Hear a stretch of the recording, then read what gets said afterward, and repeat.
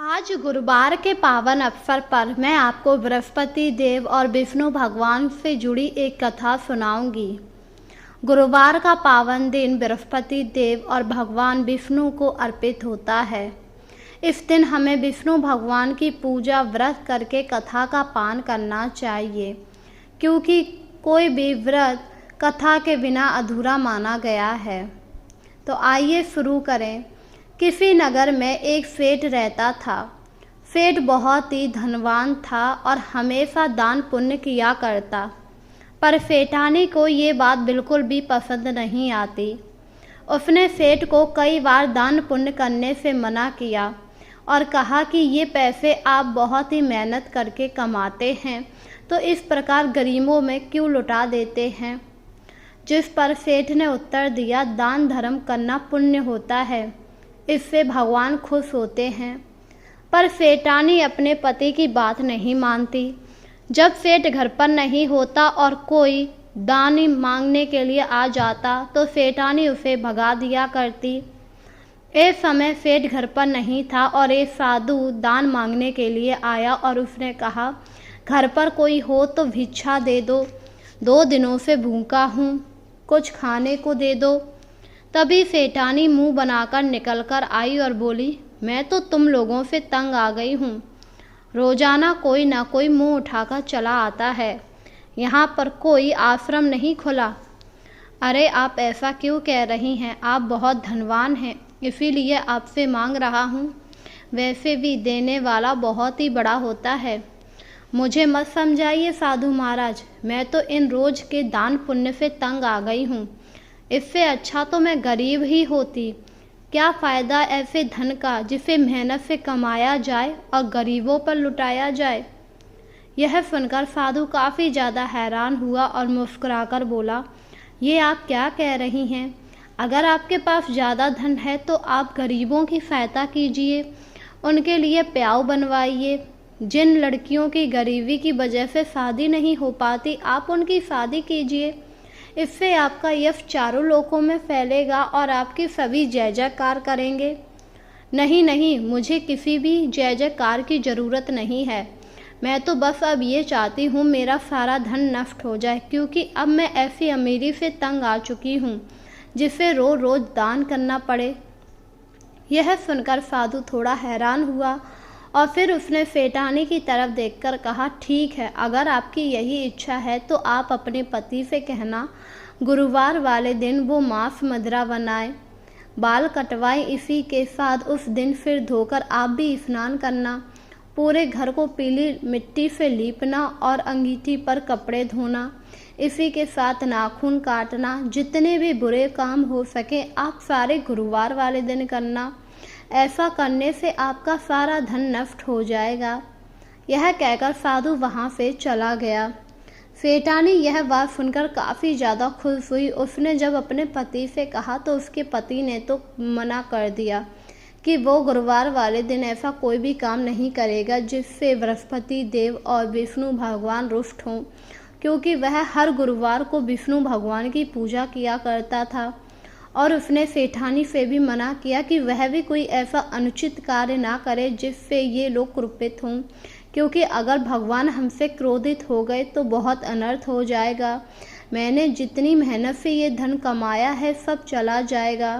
पर सेठानी ने अपने पति की बात नहीं मानी। जब वो घर पर नहीं थे तो सेठानी ने सिर धुला और उस दिन भट्टी चढ़ाकर कपड़े भी धोए। इसी के साथ पूरा घर पीली मिट्टी से लीप दिया। धीरे धीरे समय गुजर रहा था। सेठानी इसी तरह किया करती थी और 7 गुरुवार तक ऐसा करने से सेठ को व्यापार में बहुत ज़्यादा नुकसान हुआ और उनका सारा धन नष्ट हो गया। यह देखकर सेठ काफ़ी ज़्यादा दुखी हुआ कि ये कैसे हो गया, क्योंकि वह तो बहुत ज़्यादा दान पुण्य किया करता था। उसे कुछ समझ नहीं आ रहा था। अब तो घर में ना ही अन्न था ना ही धन। ये सब देखकर सेठानी काफ़ी ज़्यादा खुश हो रही थी, क्योंकि वह तो यही चाहती थी। पर सेठ काफ़ी ज़्यादा दुखी था। 2 दिनों से उन लोगों ने कुछ खाया भी नहीं, क्योंकि अनाज भंडारे में आग लग गई, जिस वजह से सारा अनाज नष्ट हो गया। इस पर सेठ ने अपनी पत्नी से कहा, सुनो, मैं दूसरे राज्य जा रहा हूँ, क्योंकि अगर मैं यहाँ काम करूँगा तो लोग क्या कहेंगे, कहाँ मैं सेठ था और अब मजदूरी करूँगा। अगर आप चले जाएंगे तो मैं यहाँ अकेले कैसे रहूँगी। बस कुछ दिनों की बात है, मैं जल्द ही लौट आऊँगा, तुम चिंता मत करो। अपने पति की बात सुनकर सेठानी ने कुछ नहीं कहा, क्योंकि वह तो यही चाहती थी। इसके बाद उसका पति कमाने के लिए दूसरे गांव आ गया। वहां वह मजदूरी करने लगा। मजदूरी करते हुए उसे कई दिन गुजर गए। दूसरी तरफ सेठानी काफ़ी ज़्यादा परेशान हो गई, क्योंकि कई दिनों से उसने कुछ खाया नहीं।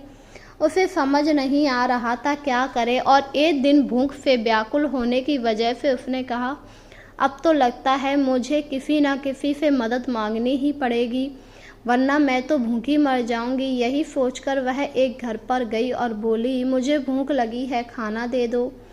उसने देखा उस घर में विष्णु भगवान की पूजा हो रही थी। यह देखकर उसे अपनी पत्नी की याद आ गई कि उसका पति भी इसी तरह पूजा किया करता था। तभी उस घर का एक दंपत्ति आया और बोला, आपको क्या चाहिए? मुझे बहुत ही भूख लगी है, कुछ खाने को हो तो दे दो। हाँ हाँ, मैं अभी लेकर आता हूँ। यह कहकर वह प्रसाद लाया और सेठानी को दे दिया। सेठानी ने पेट भरकर प्रसाद खाया और वहाँ से चली आई। वहाँ से आने के बाद उसकी आंखों में आंसू आ गए, क्योंकि उसका पति भी इसी प्रकार दान पुण्य करता था। पर सेठानी को ये सब अच्छा नहीं लगता था, और आज देखो उनकी क्या हालत हो गई। वह मन ही मन अपने आप को कोसने लगी, क्योंकि उसकी वजह से ही उसका पति परदेश चला गया, वरना वह लोग तो आराम से अपने घर पर बैठे हुए थे। और उसने हाथ जोड़कर विष्णु भगवान से प्रार्थना करते हुए कहा, हे विष्णु भगवान, मुझसे तो अनर्थ हो गया, अब मैं क्या करूं? मुझे तो कुछ समझ ही नहीं आ रहा है। मेरा धन अन्न सब कुछ नष्ट हो गया, ये सब मेरे ही कारण हुआ है, मुझे क्षमा कर दीजिए। हे भगवान, अब आप ही कोई मार्ग दिखाइए। तभी उधर से वही साधु आता दिखाई दिया। साधु ने जब सेठानी की ये हालत देखी तो उसे सब समझ आ गया, और उसने सेठानी से कहा, क्यों, क्या हो गया सेठानी? लगता है तुमने मेरा काम कर दिया। हाँ, आप बिल्कुल ठीक कह रहे हैं, आपने जैसा जैसा कहा मैंने वैसा वैसा ही किया, जिस वजह से मेरा सारा धन अन्न नष्ट हो गया। हम लोग तो बहुत गरीब हो गए, मेरे पति परदेश चले गए, कुछ समझ नहीं आ रहा है, अब इसका उपाय बताइए। मुझसे बहुत बड़ी भूल हो गई, मैं अहंकार में घमंडी हो गई थी। सही कहा है, धन हर कोई नहीं संभाल पाता है। साधु ने तब सेठानी से कहा, आप परेशान मत होइए, जिस प्रकार आपका धन गया है उसी प्रकार वापिस आ जाएगा।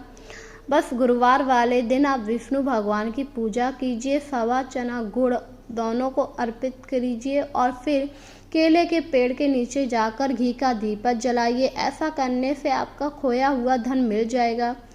यह सुनकर सेठानी काफ़ी ज़्यादा खुश हुई, और वह हर गुरुवार को विष्णु भगवान की कथा व व्रत रखने लगी। धीरे धीरे समय गुजरा। दूसरी तरफ सेठ काफ़ी ज़्यादा परेशान था। कई दिन गुजर चुके थे, पर अभी तक उसके पास इतने पैसे नहीं हो पाए कि वह घर आ सके। उसी गांव में एक सेठानी रहती थी, जिसका पति मर गया था। उसकी नज़र जब सेठ पर गई तो वह उस पर मोहित हो गई।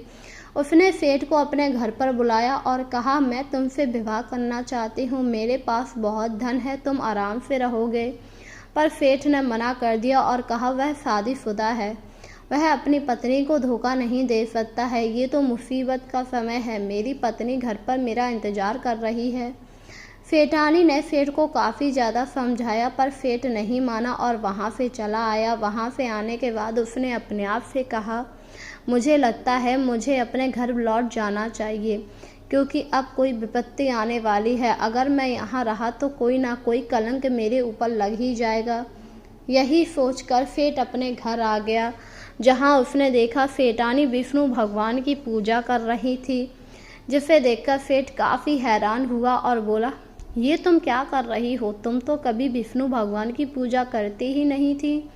यह सुनकर सेठानी कहा, मुझे माफ़ कर दीजिए, मुझे समझ आ गया है, विष्णु भगवान और लक्ष्मी माँ की पूजा करने से ही घर में धन संपत्ति बनी रहती है।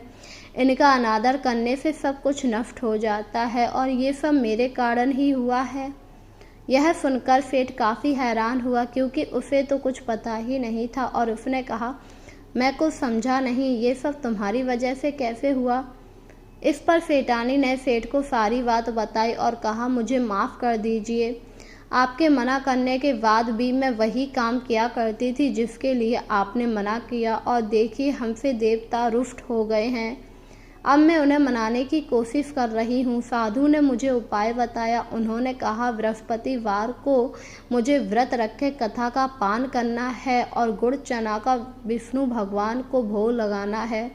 इसके बाद केले के पेड़ के नीचे दीपक जलाना है। मैंने 7 गुरुवार तक ऐसा कर लिया है, मुझे 21 गुरुवार तक और ऐसा करना है। यह सुनकर सेठ काफ़ी ज़्यादा खुश हुआ और बोला, तुम अकेले व्रत नहीं करोगी, आज से हम दोनों साथ में विष्णु भगवान का व्रत करेंगे और लगातार करेंगे। यह कहकर वह दोनों लगातार व्रत करने लगे, जिससे विष्णु भगवान उन दोनों से काफ़ी ज़्यादा प्रसन्न हुए।